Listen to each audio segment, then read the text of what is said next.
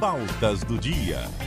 De volta com o CBN Pautas do Dia, nossa programação regional para Iamapá. É hora da gente conversar sobre um assunto que está na pauta do noticiário brasileiro. Está movimentando Brasília. PL das fake news, Rômulo Pinheiro. Menino, que debate, hein? Tudo em torno desse projeto. Bom dia, bem-vindo, Rômulo.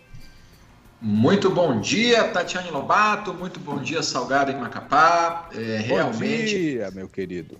Muito bom dia. E realmente esse é um assunto que vem dominando as manchetes aqui em Brasília nos últimos dias. E, claro, ainda mais hoje, que a gente vai chegar lá daqui a pouco também, Salgado. Mas veja que aqui nós temos um ponto que as pessoas precisam compreender para não cair em mais uma desinformação que até mesmo as grandes empresas de tecnologia me parecem que estão tentando trazer aqui para quem acompanha esse projeto de lei. Então, para contextualizar o nosso ouvinte, nós sabemos que existe um projeto de lei que vai tentar diminuir o acesso, ou pelo menos diminuir a divulgação de notícias falsas que nós tanto combatemos aqui, ou temos combatido nos últimos tempos, e naqueles percentuais, naqueles níveis que causam até mesmo morte das pessoas.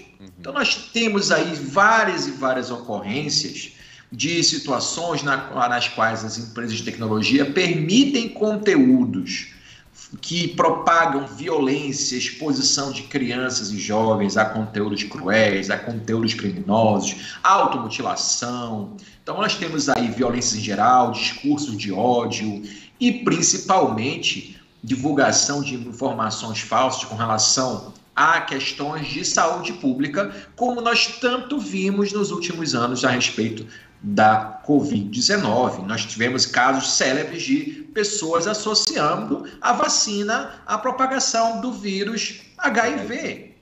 Nós temos inquéritos no Supremo hoje apurando essas informações. Então você percebe a necessidade que existe de fato de trazer um controle mais próximo dessas empresas de tecnologia para que possam moderar os seus conteúdos da maneira adequada. E olha que o que acontece, muita gente também em sentido contrário aponta, mas olha, vai acabar a liberdade de expressão, as empresas não vão poder mais controlar aquilo que se propõe a divulgar, vai dificultar a publicidade para os pequenos produtores de conteúdo. E aí as notícias Salgado, vão de uma forma que muitas pessoas ainda caem nessas conversas de que tem que deixar do jeito que está. E que a liberdade de expressão é algo absoluto, é um direito absoluto, e não se permite nenhum tipo de controle.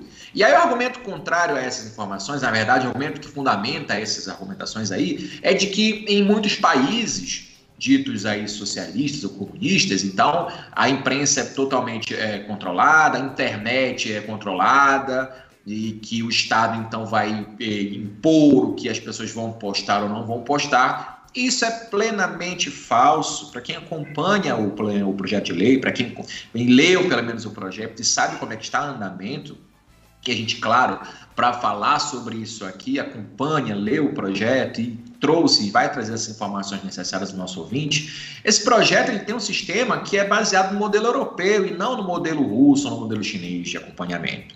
Então não se vai fiscalizar, e o projeto é bem claro nesse sentido, postagem a postagem. O Estado não vai mandar retirar uma postagem X que critique uma política de governo, como muita gente está achando, e pessoas que não sequer se deram o trabalho de ler o projeto para tentar discutir a respeito disso. Então você tem aí desinformação com relação às próprias empresas que, por exemplo, divulgaram essa semana, aliás ontem, que o projeto ele propicia, ele acaba trazendo eventuais possibilidades de novas desinformações. O Ministério Público Federal até já determinou aí que o Google preste esclarecimentos, o próprio STF também, que o Google e a Meta prestem esclarecimentos sobre isso, porque você percebe claramente um interesse muito grande por trás para que esse projeto não passe. Então, o sistema hoje é de autorregulação dessas empresas, ou seja, elas que determinam o que vai ser postado, o que pode e o que não pode. E aí, por trás de tudo isso, nós temos então, e o argumento de quem é a favor do projeto, é que as empresas lucraram e lucram bastante com publicidade. Essas publicidades impulsionadas por pessoas que divulgam conteúdos falsos ou então discursos de ódio, sem essa moderação das plataformas, ocasionando esses extremos que a gente tem visto aí nos últimos meses, nos últimos anos principalmente. Então, ideias como racismo, violências contra a mulher, contra a criança, golpe de Estado, enfim, uma série de outros absurdos que a gente tem visto e as empresas têm falhado nesse poder de moderação, ao ponto de que ser necessário que o Poder Judiciário intervenha. E quando o Poder Judiciário intervém, volta aquela discussão, mas tá vendo? Olha, nós temos aí então o Estado interferindo na liberdade de expressão, como se isso fosse algo absoluto. E notem que o projeto ele traz coisas que a própria lei já determina em outros pontos, por exemplo, a retirada do material que é considerado ofensivo ou ilegal, e até 24 horas sob pena de multa. Essas empresas, em geral, sequer às vezes têm representação no Brasil para cumprir essas decisões. Então, hoje é muito fácil a gente ter essa liberdade que a gente tem sem nenhum tipo de controle e já vai por a questão do abuso. Então, nós temos 3 grupos principais aí contra o projeto, né? As próprias plataformas digitais, que são as mais interessadas em manter esse padrão, porque você vê, aqui na Rádio CBN ou qualquer outro meio de comunicação sério que nós temos aqui, para divulgar um anúncio, tem uma regra. Tem o Código do Consumidor, tem o CONAR, tem instituições que visualizam, e como no passado, não é do teu tempo, Salgado, nem da Tati, mas no passado eu me lembro de propaganda de cigarro na TV. Eu era menino. Mano, eu ainda lembro disso. Olha, só não denuncia a tua idade, Salgado. Mas você via propaganda de TV com comerciais de cerveja de manhã cedo. Isso. Via televisão sábado de manhã, os desenhos, no meio do desenho tinha lá um comercial de cerveja. Então, propaganda de criança, a história da bicicleta, que o filho pedia para comprar bicicleta insistentemente, induzindo as crianças a pedir insistentemente um determinado presente. Então, hoje nós temos uma regulamentação desses anúncios exatamente para proteger as pessoas e não impedir a liberdade de expressão. Mas nas redes sociais isso é aberto. Nós temos uma série de informações aí que já mostram essas publicidades de forma desordenada, induzindo as pessoas a cometerem até mesmo atos ilícitos, como nós vimos ultimamente essa onda de ataques às escolas, e como essas plataformas divulgavam essas informações, esses vídeos de pessoas incentivando outras a planejarem ataques às escolas. Só aproveitando que você tocou nesse ponto, ontem acompanhando também, é nosso papel acompanhar essas discussões, né? Houve inclusive um manifesto silencioso ali em Brasília, né? Um movimento que fala exatamente sobre essa questão aí do combate a esses casos nas escolas, né? Eles colocaram mochilas vazias, representando as vítimas dessas situações que infelizmente aconteceram e recentemente também aqui no Brasil foram registradas. Então, é muito sobre isso, né? E há uma parcela da população que está confundindo o que está se discutindo e o que se propõe, o que esse projeto propõe, há uma censura. E aí você, com muita propriedade na área do direito, e já está explicando muito bem para a gente, eu queria só sinalizar essas questões que às vezes você pode pensar que, mas não tem, gente, na internet tem. E não é e como alguém já comentou, não é na Deep Web, na Dark Web, como era no passado. Hoje nós temos plataformas aí que estão sendo investigadas que disponibilizam esse conteúdo livremente. No passado havia uma dificuldade de acessar isso, eram comunidades fechadas, hoje não é mais.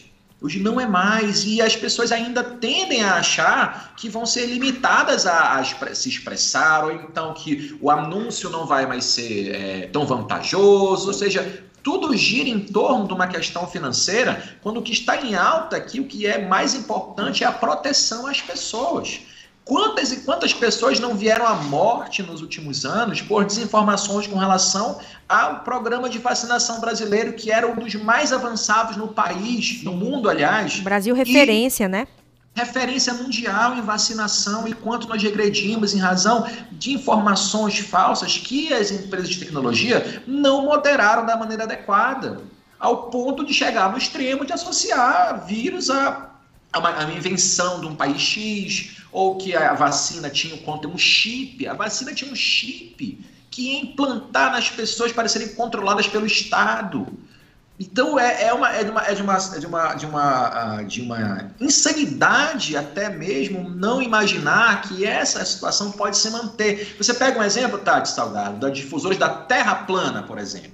As pessoas entendem que a Terra é plana, ou seja, é uma crença. Tem gente que acredita. Tem gente que acredita. Eu fico perguntando o que acontece com o eclipse, né? Se a pessoa não vê a sombra da Terra lá redonda, né, na Lua. Mas enfim, deixa pra lá. Mas você vê que essa é uma crença, em tese, que você vai ter várias dificuldades, claro, mas isso é uma questão de opinião. Agora você vê por outro lado, manifestações claramente ofensivas e predatórias à saúde, à segurança das pessoas. Muito dessa tensão que as pessoas viram nas escolas se deram de notícias falsas. Propuseram no último mês agora que ia ter um massacre no dia 20 e não no dia 27, e as pessoas ficaram em pânico. E as plataformas não foram capazes de moderar esses conteúdos e agora temem que uma imposição legal possa reduzir o número de pessoas que vão procurar esses anúncios, porque tudo é remunerado. Isso acaba trazendo um desconforto muito grande, uma pressão para que esse projeto não seja votado. E ontem mesmo foi retirado de pauta exatamente pela falta de consenso